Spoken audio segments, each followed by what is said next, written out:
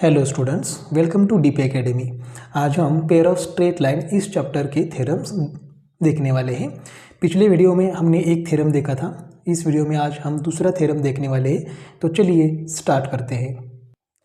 तो थ्योरम का स्टेटमेंट है, the acute angle theta between the lines represented by ax square plus 2hxy plus by square is equal to 0 is given by tan theta is equal to mod 2 into root h square minus ab divided by a plus b where a plus b is not equal to 0। अब ये theorem है, इस theorem से हम क्या prove करने वाले हैं? तो acute angle theta between the lines represented by ax square plus 2hxy plus by square is equal to 0। इसका मतलब ये जो इक्वेशन है, ये इक्वेशन क्या रिप्रेजेंट करता है? पेयर ऑफ स्ट्रेट लाइन, मतलब दो लाइन्स हैं हमारे पास और ये दो लाइन ओरिजिन से पास होती है, हमने पिछले थ्योरम में देखा था। अब ये दो लाइन्स हैं, तो देखो यहाँ पर ये फर्स्ट लाइन है और ये सेकेंड लाइन है, दोनों भी लाइन ओरिजिन से पास हो रही है। तो इस दो लाइन के बीच में एक एक्यूट एंगल थीटा है, वो थीटा हमें कैलकुलेट करना है। तो देखो ये फर्स्ट लाइन, ये सेकेंड लाइन और इसके बीच में ये जो एंगल है ये है थीटा और ये थीटा हम कैलकुलेट करने वाले हैं। तो थीटा का फॉर्मूला भी हमें प्रूव करना है, तो थीटा का फॉर्मूला ये है। तो यहाँ पर ये जो फर्स्ट लाइन है, ये लाइन ओरिजिन से पास हो रही है, इसका मतलब इसका इक्वेशन क्या होगा? y is equal to mx। और ये सेकेंड लाइन भी ओरिजिन से पास हो रही है, इसका मतलब इसका भी इक्वेशन वही होगा, y is equal to mx। लेकिन इक्वेशन सेम है लेकिन लाइन डिफरेंट है, इसका मतलब दोनों का स्लोप अलग है। तो यहाँ पर हम क्या करेंगे, y is equal to m1x और यहाँ पर लिखेंगे y is equal to m2x। तो ये दो लाइन्स हैं, इन दो लाइन के बीच में जो एंगल है थीटा, वो एंगल हमें कैलकुलेट करना है। तो पहले हम क्या कंसीडर करेंगे, इस फर्स्ट लाइन का स्लोप m1 है और सेकेंड लाइन का स्लोप m2 है। तो लिखते हैं यहाँ पर, therefore let m1 and m2 be the slopes of the lines represented by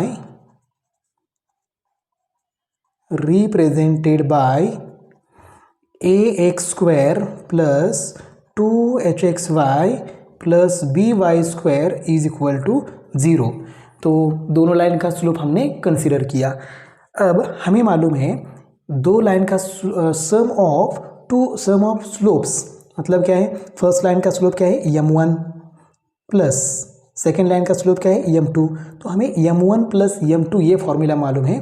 तो क्या है फॉर्मूला? -2h अपॉन b और m1 into m2 product of the slopes, ये भी फॉर्मूला हमें मालूम है, ये है a बाय b।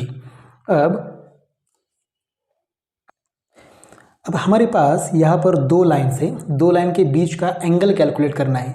तो इस लाइन के बारे में क्या मालूम है हमें? तो स्लोप m1 मालूम है और यहाँ पर स्लोप m2 मालूम है। अगर स्लोप मालूम है तो दो लाइन के बीच का एंगल हम कैलकुलेट कर सकते हैं। हमने स्ट्रेट लाइन इस चैप्टर में देखा है क्लास 11th में। तो वो फॉर्मूला क्या होता है, पहले हम यहाँ पर लिखते हैं। तो वो फॉर्मूला होता है tan theta is equal to mod m1 minus m2 divided by 1 plus m1 into m2। तो ये फॉर्मूला है, इस फॉर्मूले की मदद से हम क्या करेंगे, ये फॉर्मूला हम प्रूव करेंगे। तो यहाँ पर देखो m1 इंटू m2 है, तो हमारे पास m1 इंटू m2 की वैल्यू है हमारे पास। लेकिन यहाँ पर क्या है, m1 माइनस m2, लेकिन हमारे पास m1 प्लस m2 है। तो हमें क्या चाहिए, m1 माइनस m2 चाहिए। तो हमारा फर्स्ट टारगेट है यहाँ से आगे कि हमें m1 माइनस m2 की वैल्यू कैलकुलेट करनी है। तो अलजेब्रा में हमने एक फॉर्मूला देखा था, पहले वो फॉर्मूला मैं लिखता हूँ, बाद में हम उसको m1 m2 में कन्वर्ट करेंगे। तो फॉर्मूला हमने देखा था a minus B bracket square is equal to a plus B bracket square minus 4 into A B. ये फॉर्मूला हमने अलजेब्रा में देखा था।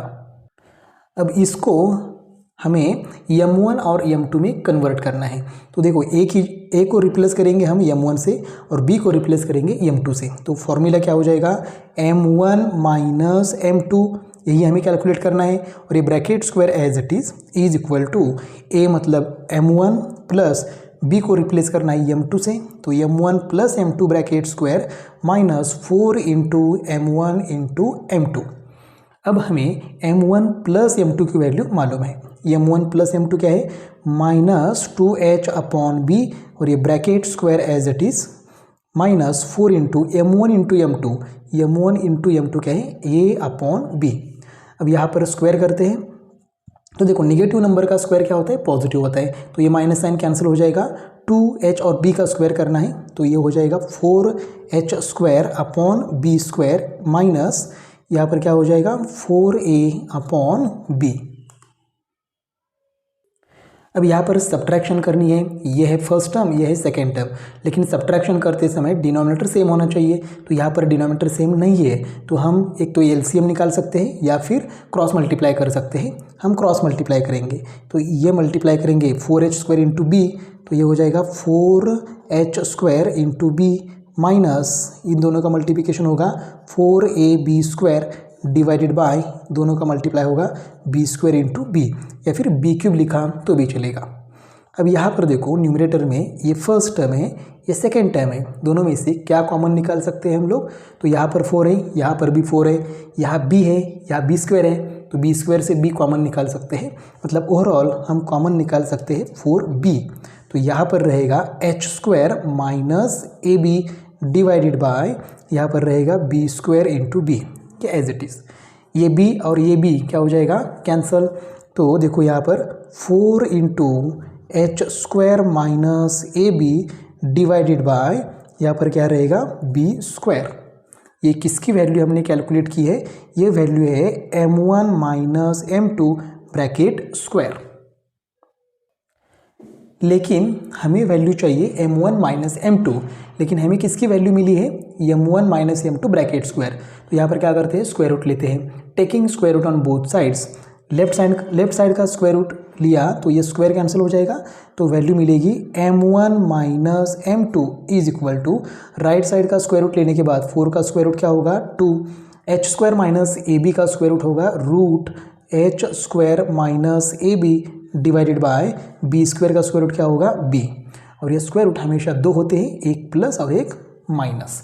तो ये वैल्यू हमें मिली है m1 माइनस m2 की।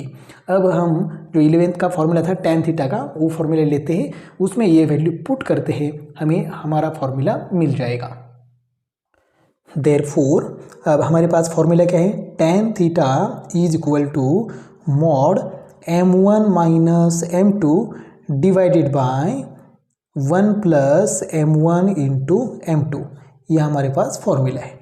अब m1 माइनस m2 की वैल्यू हमारे पास है, तो वैल्यू पहले लिखते हैं, plus minus 2 into root H square minus A B divided by B, ये है मेन डिनोमिनेटर, ये main denominator 1 plus m1 into m2 की वैल्यू हमारे पास है a अपॉन b, और ये मॉड में है सब पूरा का पूरा, is equal to main denominator के सामने ही इज इक्वल टू आना चाहिए। अब यहाँ पर क्रॉस मल्टीप्लाई करते हैं, तो क्रॉस मल्टीप्लाई करने के बाद हमें क्या मिलेगा, देखो ये न्यूमरेटर एज इट इज़ रहेगा, plus minus 2 into root H square minus A B divided by P, ये है मेन डिनोमिनेटर, और यहाँ पर क्रॉस मल्टीप्लाई करेंगे तो b plus A divided by A, sorry divided by b, ये है b, ये b और b क्या हो जाएगा कैंसल, ये पूरा मॉड में है। अब मॉड में प्लस माइनस है, तो मॉड में प्लस माइनस लिखने की ज़रूरत नहीं है, मॉड में इसका मतलब उसको दो वैल्यू होती है, वो प्लस और माइनस ही होती है, तो ये प्लस माइनस लिखने की ज़रूरत नहीं है। Therefore tan theta is equal to क्या बाकी है यहाँ पर 2 into root H square minus A B divided by यहाँ पर क्या बाकी है b प्लस ए, उसको हम लिखते हैं a प्लस बी, और ये पूरा मॉड में है। अब यहाँ पर ये जो डिनोमिनेटर हैं a plus B, a not equal to 0 रहेगा, क्योंकि अगर यहाँ पर डिनोमिनेटर 0 होगा, a प्लस बी की वैल्यू अगर 0 होगी तो क्या होगा, आंसर क्या आएगा, नॉट डिफाइन। अगर नॉट डिफाइन आता है तो थीटा की वैल्यू क्या आएगी 90 डिग्री, क्योंकि tan थीटा के टेबल में, tan के टेबल में इन्फिनिटी होता है और वो होता है 90 डिग्री। तो यहाँ पर हमें लाइन्स वर्टिकल नहीं चाहिए, परपेंडिकुलर नहीं चाहिए, हमें चाहिए इंटरसेक्टिंग लाइन्स। अगर लाइन्स इंटरसेक्टिंग है तो इस फॉर्मूले की मदद से हम थीटा कैलकुलेट कर सकते हैं, इसलिए यहाँ पर ये डिनोमिनेटर 0 नहीं चाहिए।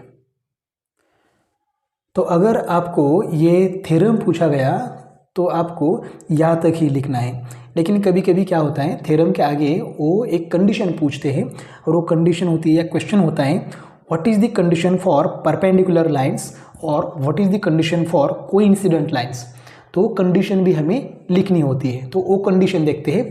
पहले देखते हैं perpendicular lines. Therefore lines represented by ax square plus 2hxy plus by square is equal to 0 are perpendicular to each other if and only if अब देखो ये इक्वेशन दो लाइन का इक्वेशन है, मतलब दो लाइन्स हमारे पास हैं और वो दोनों लाइन परपेंडिकुलर कब होगी, तो m1 into m2 is equal to -1 आता है, तभी ये दो लाइन क्या होगी, परपेंडिकुलर होगी। ये कंडीशन है परपेंडिकुलर लाइन्स के लिए। अब हमारे पास m1 इंटू m2 इसकी वैल्यू है ऊपर आप देख सकते हैं। तो m1 इंटू m2 क्या है, a upon b is equal to -1। अब ये b यहाँ पर डिवाइड है, वहाँ जाके क्या होगा, मल्टीप्लाई। तो यहाँ पर रहेगा a is equal to -1 into B minus B.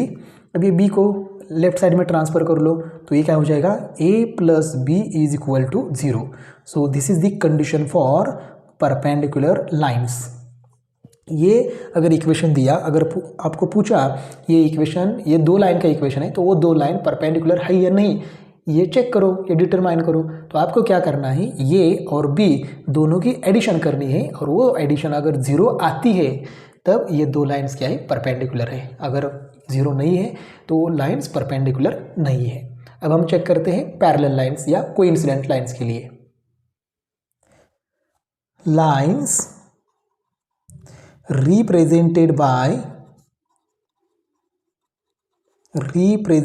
by ax square plus 2hxy plus by square is equal to 0 are coincident